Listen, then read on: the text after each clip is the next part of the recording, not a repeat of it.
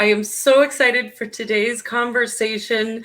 Heather is going to talk to us about shifting beliefs and all of her magic around self-mastery. Welcome, Heather, to Rebel Radio. Thank you for being here. Thank you for having me, Cindy. I'm excited.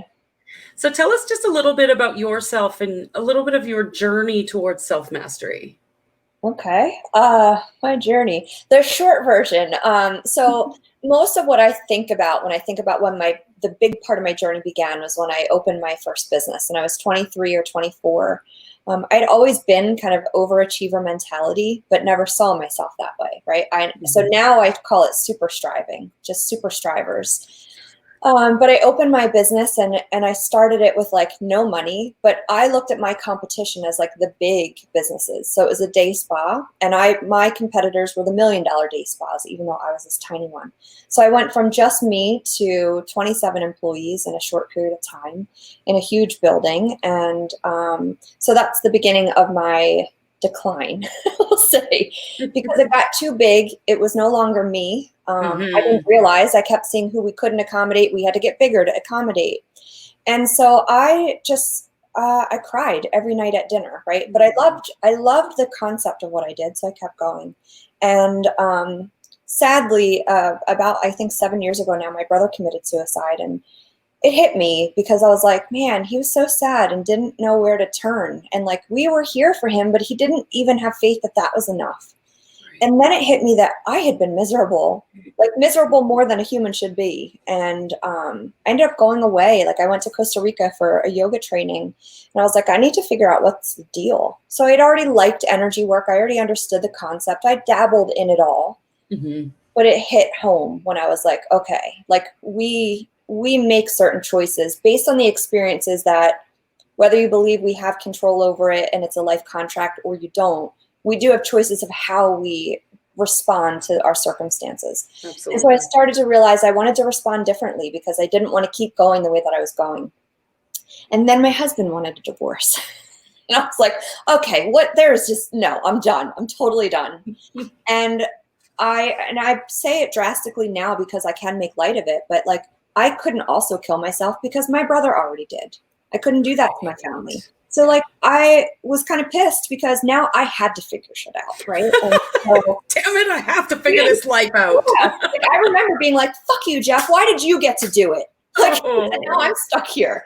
So, you know, I had to figure it out, and I didn't want to live miserable. I knew that was a choice I could have made, but I didn't want to. And so I started to tap back into the resources I used to dabble in. So it was like The Secret, crystals, Reiki, things like that. And as I started to get back into it for myself, I started to realize like, wow, people don't know where to get this stuff. You know, some people do, right? But the general public feels like if they can't talk to their family and if their doctor or therapist can't help them, that's the end of the road. Right. And I realized that there's so many different dimensions of how we can help someone. And I had a lot of life experience. So it didn't just start with my business. I was sexually abused as a child for my whole childhood. I had parents that divorced young. There was a lot of stuff. Yeah. And so I also found I could relate to people very easily. And being an empath and highly sensitive, it helped.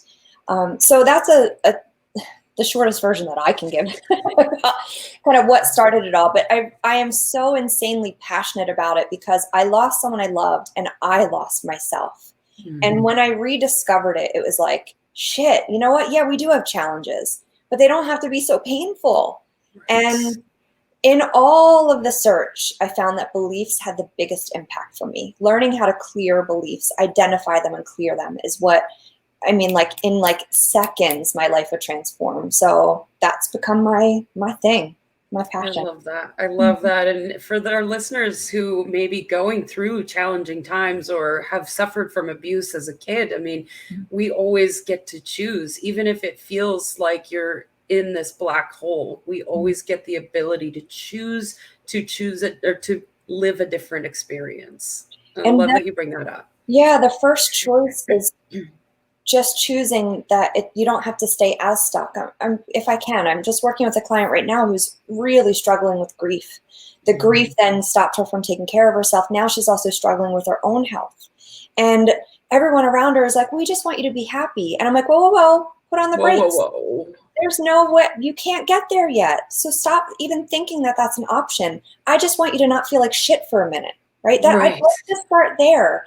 And in a week's time, I have chills. This is such a sweet thing. Me too. The next session that we had, she said, this is probably going to sound stupid, but I feel like I should share. She goes, I went to get dressed today and I realized I don't like that red shirt and I don't feel good when I wear it. I feel good when I wear the green shirt. So she threw her red shirt away and I'm crying, right? Yes. To a lot of people, they wouldn't get it. But to those of us that have had trauma, for those of us that maybe have PTSD and anxiety, we get it. Like that's the baby step that gets us to our affirmations and our manifestation. And it's starting where you are, realistic. Oh my God. Yes. I love that you're bringing this up because I see so many, even in the entrepreneurial space, who are like, I want to be the big entrepreneur and have that $10,000 launch or $60,000 launch. I'm like, whoa, hold on. Let's start at step one, right? And we see these perceived overnight successes. There is no such thing as an overnight success. Somebody who blows up online has been doing the work behind the scenes for 5 to 10 years, not like that. Exactly. Yeah. It's baby steps. Yeah. And who knows what they had to overcome, So, absolutely. Yeah. Absolutely. Thank you for sharing that story. So who are you the most motivated to serve in your business? For those that have been trying, right? Those that have been like, I'm doing all the things, right? And they just are like so frustrated and still super striving. That's the person, because they haven't and I want to work with the people that's totally given up too, but I see the big, like overnight transformations. And even though I'm saying baby steps, there's still an overnight transformation from that. So those that are so like, I have done everything, what else is there?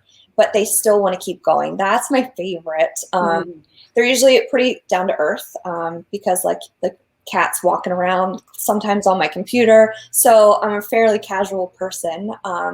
They're open-minded too, because we work with so many different modalities. They have to be open to some woo stuff and some science stuff. But yeah, so it can be an individual and also the entrepreneur, because our business struggles come from our personal struggles too. Absolutely. We're not separate from that at all. Yeah. Totally. Especially as entrepreneurs, when you're working at home, usually by yourself and you're behind a screen, and if there's emotions coming up, you're going to have to kind of tie together. That sales page isn't going to build itself when you're crying, right? So right. Yeah.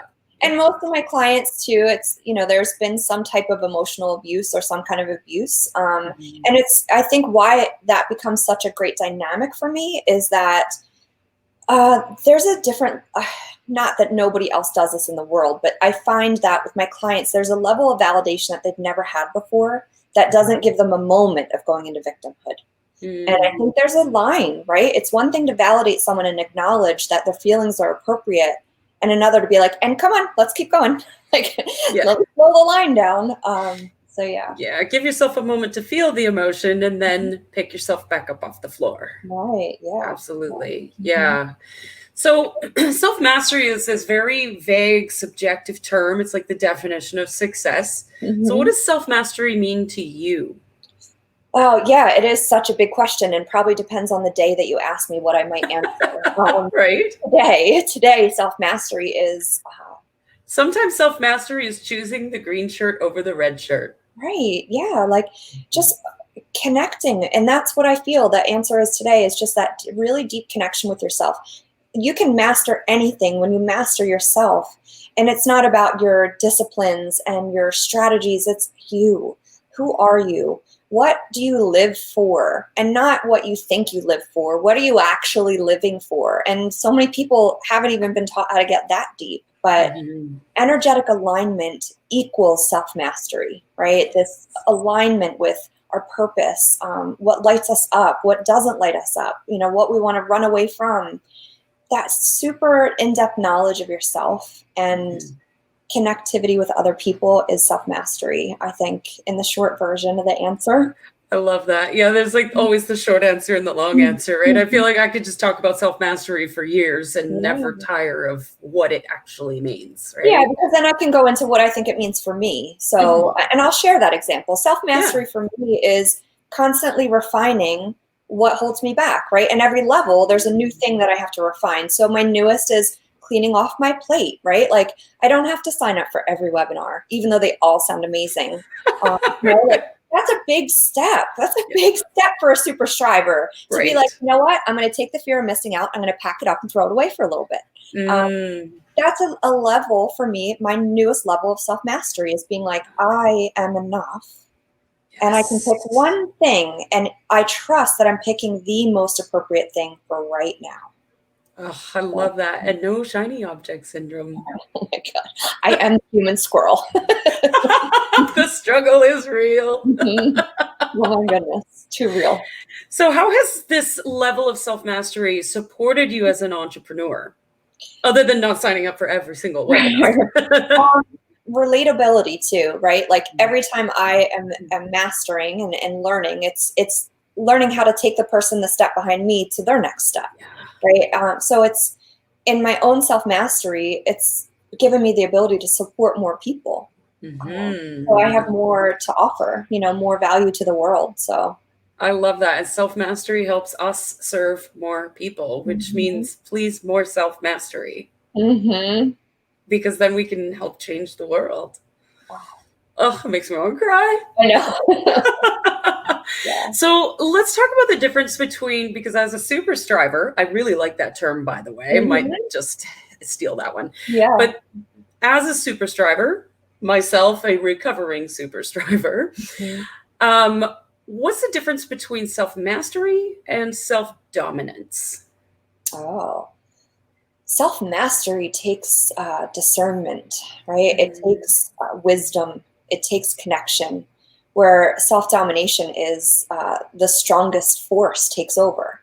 And so that doesn't mean it's the smartest force or the most, I don't even know how to say the most efficient force. It's just the dominant one. So that can lead to impulsiveness, instant gratification, the wrong intention, right? The wrong motivation, not staying aligned. It's dominating. It's not necessarily aligned and just embodied. Yeah, I love that. And I always think of, for me, it was the going to the gym analogy. And I would, in the past, I've tried to force myself to go to the gym because that's what I was supposed to do. And it never worked out because I'm not very good at dominating myself. But with that level of self-mastery, it was my intention is to feel more vital in my body. And so when I woke up in the morning, I would ask my body, how am I feeling today? Do you want to go to the gym? And 9 times out of 10, the answer is yes. And so I'm willing to just get up and go. Whereas before it was like, come on, body, let's go to the gym. Right. And it's just a completely different energy. It is. And finding what inspires you the most. So like my self-mastery when it comes to exercise is I've tried all the things. I even tried my big why because I want to feel better. I feel so good about myself when my body's in shape. That didn't even work for me. And so I had self-mastery exploring what works. And so I'll share if I can, my little tip of what worked for me. I started printing out like yoga calendars and do this workout on this day. And I'd walk past it and every day feel like shit about myself because I wasn't doing it. So one day, and this was only about 3 months ago, I was like, you know what? Look at these calendars. I'm throwing them out. I printed out a blank calendar and I said, I'm going to fill in what I do each day. Nice. Because I'm a super striver, I'm constantly competing with myself, but now I'm using it to my advantage. And I love this analogy because it's like, I always do this too. I have I call it a Blisscipline tracker where when I'm trying to create a new habit, and I love giving myself a little gold star at the end of every day because like, oh, you did the thing. Good job. Yeah, and do you want to outdo yourself the days before, right? You're like, oh, I did this and it became easy. So my first month, I had all the blank days that I didn't do it. And then I was like, oh, I hate those blank days. And now it's like, I think one of my worst ones this week was that I only did a 10-minute leg exercise. And I'm like, still kind of like, Heather, come on. 10 minutes, come on. So the next day I did 3 10 minutes and a 3-mile walk. And like, that's not a lot for a lot of people. It's a lot for me. But now I'm loving it. And so I'm now this month, the next level is adding to that calendar are my self-care, spirituality things. So I do emotion codes. So do I do my own sessions often? Not near as often as I should. So now they go on my calendar. And I want to do them more because they're going on my calendar.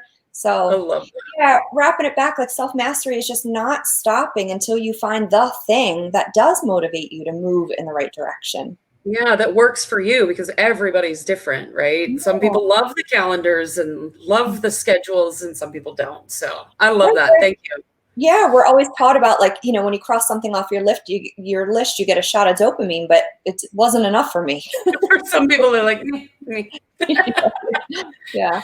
So what is one truth that you wish every entrepreneur knew? I'm a Libra. You're asking me to pick one thing? You can have more than one. That's fine. Yeah. It's Rebel Radio. Break the freaking rules. Yeah. One truth. I mean, we all have so much to give. And the truth is that no matter what your voice, your inner critic, your doubt, your beliefs are telling you, like, please don't do it. Whatever the negative is, please be there for people because they need you, right? Like, totally understand the whole imposter syndrome, right? Like, why am I going to share the same stuff that, like, the big guys share? Well, because someone might be intimidated by the big guy. Someone might, just for some reason, like my cat usually sleeps up on that thing. That might bring them comfort. So the one time that somebody might not listen to themselves and let the doubt kick in could be the time that someone needed them. Ugh. So, and again, that's my big, like, I think of my brother. What if there was someone that just in the moment got past their shit and was there and it changed our world and he was still here? So, everybody creates impact. Everybody. Yeah, that's the truth. And every moment you have an opportunity, even if afterwards you think it was nothing, it isn't. Energetically, you created a new vibration, a new frequency that's now a ripple effect for the world. So, yeah. Goosebumps. Goosebumps. So what is one thing that you've here we are at one thing again. What's one thing that you've discovered about yourself on your journey that has helped you to grow? Yeah. That I'm always going to fail at something, right? And saying it that way, right? I'm always going to fail. I learned that I'm always going to fuck up, and I will always figure out how to move past it, and I will always learn from it, and that it's okay. It's scary. Everything new is scary, and I learned that I can get past it, and I don't have to say, oh no, I'm not going to do it because my anxiety kicked in again. Recently, I experienced that my business is getting to a new level, not a huge jump, but a pretty significant one. There are new expectations I have of myself. And without realizing and connecting the dots, I started getting triggered. And I was like, I got through this type of anxiety. What is wrong with me, right? That's what I asked. Am I going backwards? And it was like, oh no, your body is responding the way it's accustomed to. Hey, this is new, it's scary. So yeah, I think just learning, I'm just a human. I'm going to make mistakes, and I'm going to have epic successes as well. Yes. I get to choose which one it is and just keep trying. Because of that one person I might impact. Yeah. And it really, like, I say this all the time, that I feel like my brother sacrificed himself for the greater good, because I could potentially be the person that helps someone else not lose their family, or not, their loved ones not lose them. Or I can be the person that helps someone take their business to a new level that helps tens of thousands of people. Right. So it's amazing. So beautiful. Permission to be human and fuck up. Right. It's very liberating, right? It's liberating. It is very, because then you're like, okay, let's just try it. Let's just dive off the deep end and see what happens. Right. Like, don't parents put their kids' awful drawings on the refrigerator and think they're adorable? Right. Why don't we see our attempts at business and life the same way, right? The ladybug that looks like a mushed blob of potatoes. It's the cutest ladybug that the 3-year-old ever drew. That's what we need to see our growth as. Right? Yeah. Well, it's like when we're learning how to walk. We fall down 1,000,000 times before we ever figure it out. Sometimes I still fall down. Right. And no one says, oh, we should just have her stop walking. She just figure this out, right? No. Just continue walking. Yeah. So if you could share anything with our audience about current events. What would it be? The current events don't impact me too much. Good. I mean, that's self-mastery right there. Right. I mean, I'm like pretty introverted. I like being home, and I like to reflect on things and to figure out what's important in life. So what I would say about this, what we can learn is, don't stop what you've taken from this, right? For all the people that are trying to realize what's important with their life, and they're trying to decide how to spend more time with their family now that they've experienced it, don't let that go. Right? So take the lesson from this and keep it in your heart, all the good stuff that comes from it. Keep it. Don't just let it fade once life gets back to normal. So I would say that that's what I would love for people to keep from it. I love that. If it ever goes back to normal. Right. I don't know if we're doing that, but yeah. But then to take the lessons from before, like for the parents that are like, oh my God, the kids are not, they're driving me crazy, to remember all the nights that you may have cried yourself to sleep because you were away in the office too much, that you missed your kids. They're like, okay, remember that? Remember you wished for this? Mm-hmm. Yeah, exactly. Mm-hmm. Heather, I feel like I could talk to you all day on this topic. Thank you so much for being here today. I'm going to end it as I always do with one last question. Mm-hmm. What do you dream of for the world? I could cry from that question. I feel like I can't even articulate it. It's a feeling. I am going to cry. Just to feel at home in your body. Whatever that means, right? Whatever home is, that feeling of you're enough. Everything around you is enough. And you have so much love inside that it just can't help but spill out to everybody around you. Yeah. So good. So good. Thank you so much. And thank you for sharing your soul with us today. Thank you.